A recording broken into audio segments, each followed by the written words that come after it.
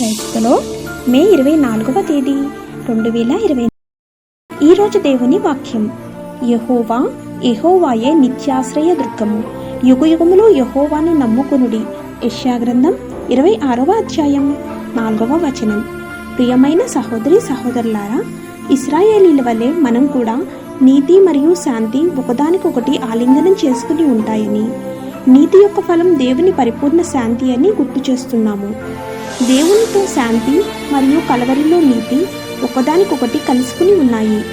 ఎందుకంటే నీతి లేకుండా శాంతి ఉండదు, మరియు శాంతి లేకుండా నీతి ఉండదు. మన పూర్ణ హృదయంతో ప్రభువును విశ్వసించమని మరియు మన స్వంత అవగాహనపై ఆధారపడకూడదని మనము పిలువబడ్డాము.